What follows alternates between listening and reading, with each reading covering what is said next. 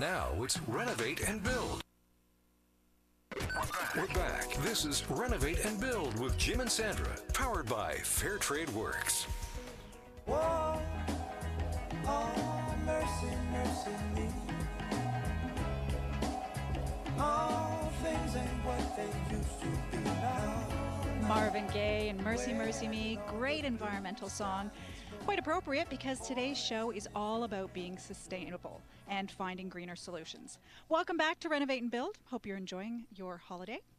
Absolutely. Morning, Sandra, and morning, everybody. We're just really, after an extremely busy 2014 at Fairtrade Works, I think all of the crew and the family is excited to just kind of look forward to the Christmas time, spend some time in our own homes, and you know, as some of you may know, I have a 3-year-old daughter, so I'm particularly excited about just taking a few days off, being at home, hanging out with my young child, and just kind of, you know, sitting back and reflecting about all the great things that's happened in the Vancouver marketplace, in construction at Fairtrade Works, and it's I'm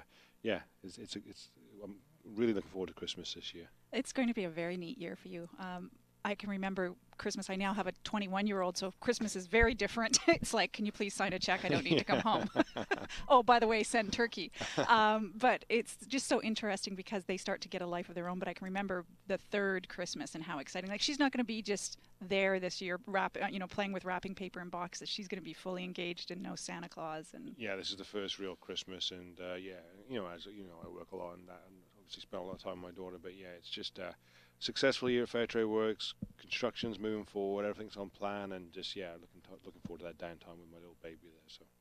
And it's a good time, as you said, to reflect on what you've been able to accomplish in 2014. It's been a busy year for the company in second year in business, but just a lot of construction and development taking place. Yeah, and we're in that, you know, obviously we're in the construction development sector at Fairtrade Works, so with it booming, interesting things happening. Fairtrade Works being present in the Greater Vancouver marketplace, in Ontario. We just had such rapid growth, and people have been really binding to our challenge since day one at Fairtrade Works to really change consumers' construction experiences and bring the enjoyment and fun and the success back into these projects. Again, it's just a rewarding time. We're excited to rest, and we're excited to run back to the office in January because we've got a whole ton of exciting projects coming up, and 2015 is looking pretty exciting. And you know, through busyness, and we're all guilty of this at home and in our offices, it's really easy through our being busy to forget about being green. And we decided to make today's show about being green and being mindful of the environment because, once again, even during the holidays, we tend to forget a little more recycling, throw it into the landfill. So we thought it would be quite appropriate to have our next guest join us from Climate Smart. We should just point out that Climate Smart recently released an industry brief called Construction, Real Estate and Carbon Emissions. It actually talks about how taking steps in being green in the construction and real estate industry can make a huge difference in helping British Columbia lead the fight against climate change. Today, we're pleased to have Anna Lukianova, our Climate Smart advisor for Fairtrade Works, with us to talk about the recent findings they have about the industry. Good morning, Anna. Hi, good morning, Sandra. How are you? Fine, thank you. It's so nice. We usually are always talking to you about our carbon footprint and how we can improve it. So it's nice to have you join us on the show today to be able to share all of the knowledge you do with us on a regular basis. Yes, absolutely. Hey, good morning, Anna. We live in a real estate-driven province, and sometimes we forget how this contributes to climate change.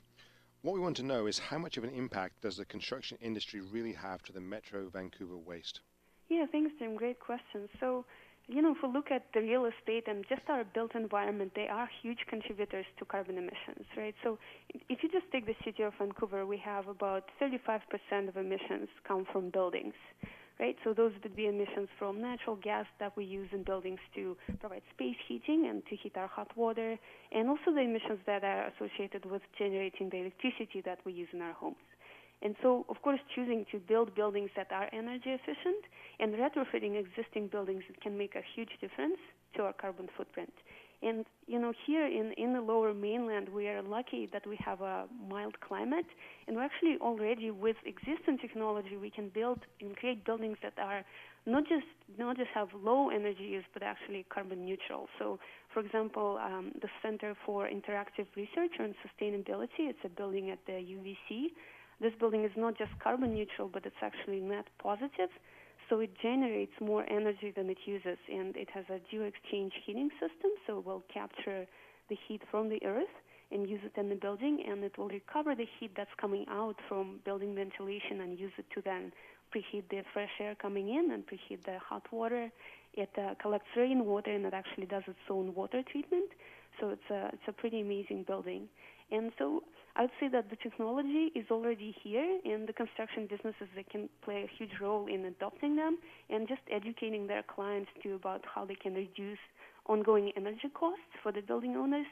So, while buildings like this, of course, may cost more to build, but the savings over the lifetime will be huge, and the payback can actually be quite attractive. So if you take, for example, solar hot water systems in Vancouver, the payback is only about 5 years, so it's quite reasonable.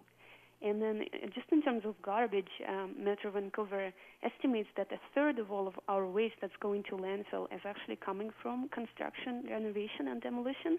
And so that's a huge amount. And in fact, here at Climate Smart, we work with businesses from different sectors, and we definitely see construction standing out as a sector that produces the most waste by far compared to other businesses. And when we send waste to landfill, it will degrade, and maybe you remember from your Climate Smart training sessions, they will produce methane, which is 21 times more powerful than carbon dioxide, so it's definitely an issue with when it comes to carbon emissions.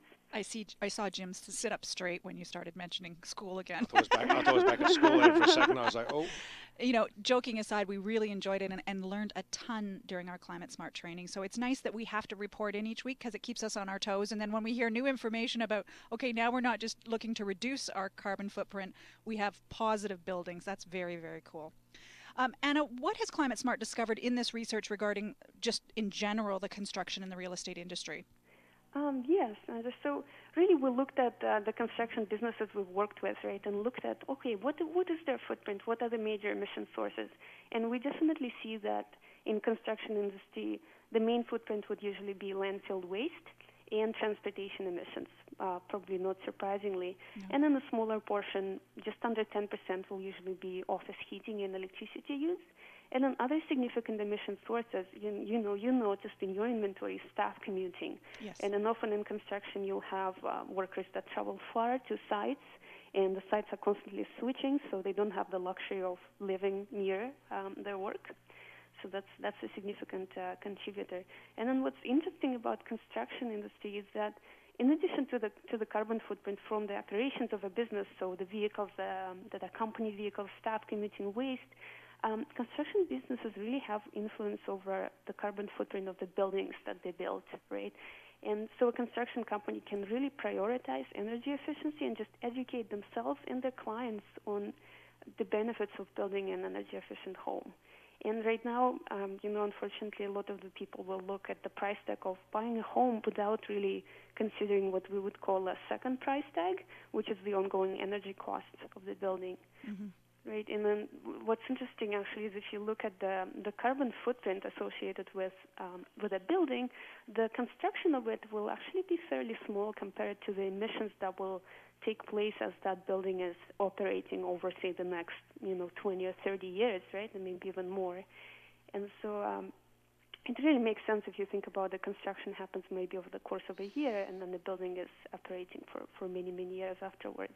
Mm-hmm. And so, I think that's where construction businesses, they can really make a difference and go beyond the footprint of just their operations, even though that's important, of course, as well.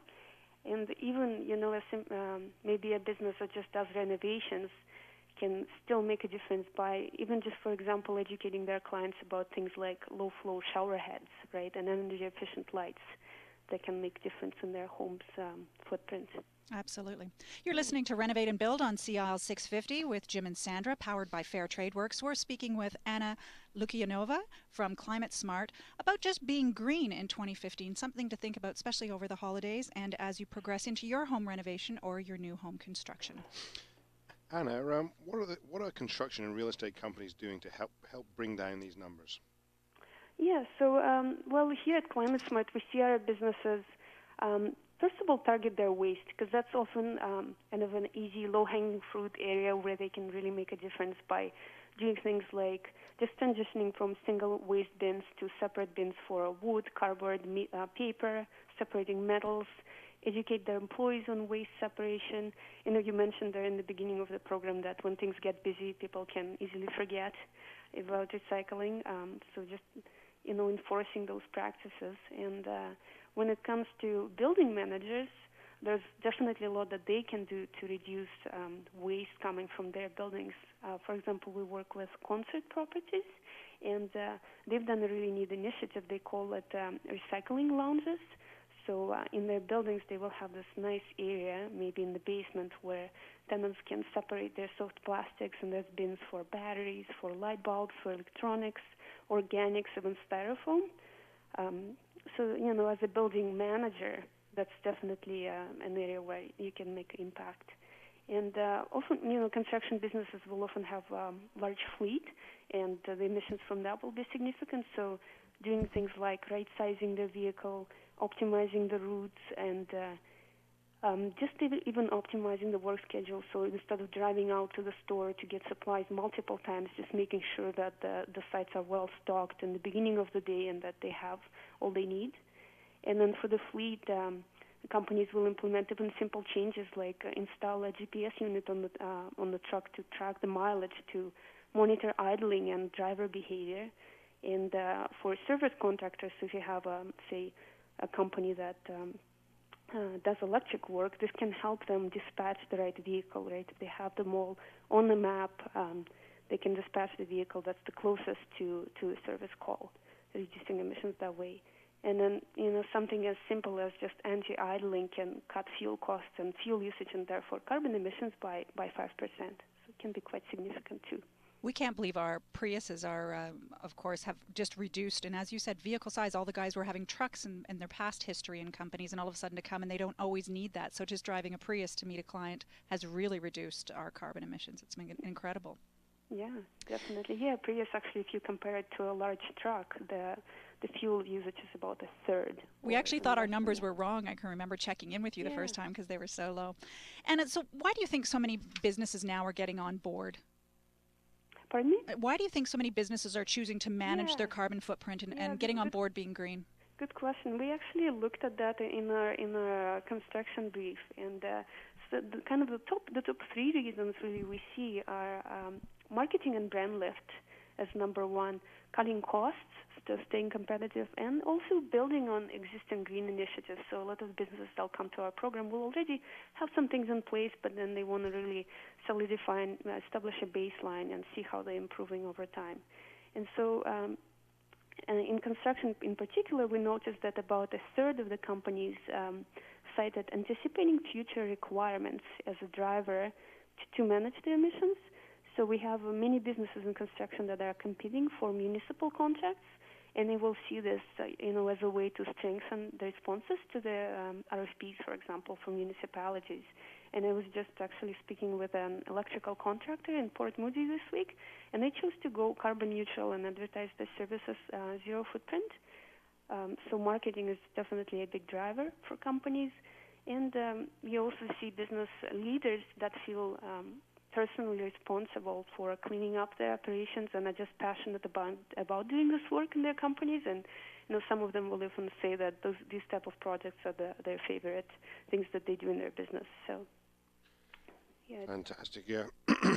Anna, what can businesses do to help bring down carbon footprint and achieve carbon neutrality? For any business that wants to reduce their emissions, I would say the number one thing to do would be to first measure, of course.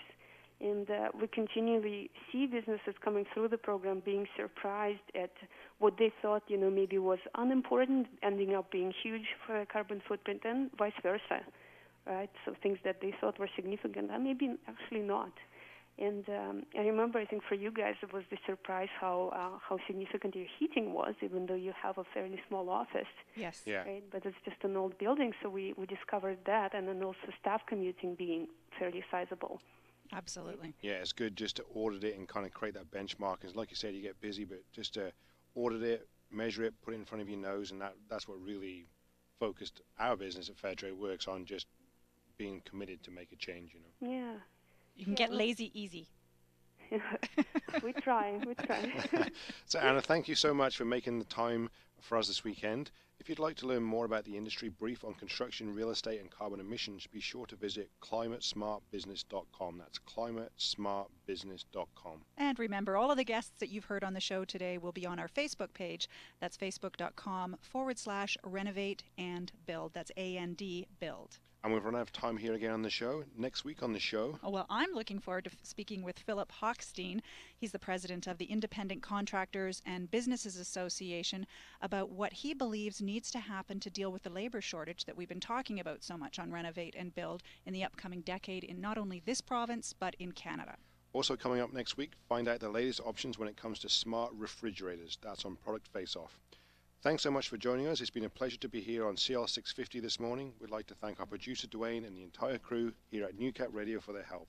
And happy holidays. Coming up next, Tom Lucas and Sherry Brown with Radio Real Estate. See you next Saturday. Introducing a revolutionary new construction system. This is Renovate and Build with Jim and Sandra.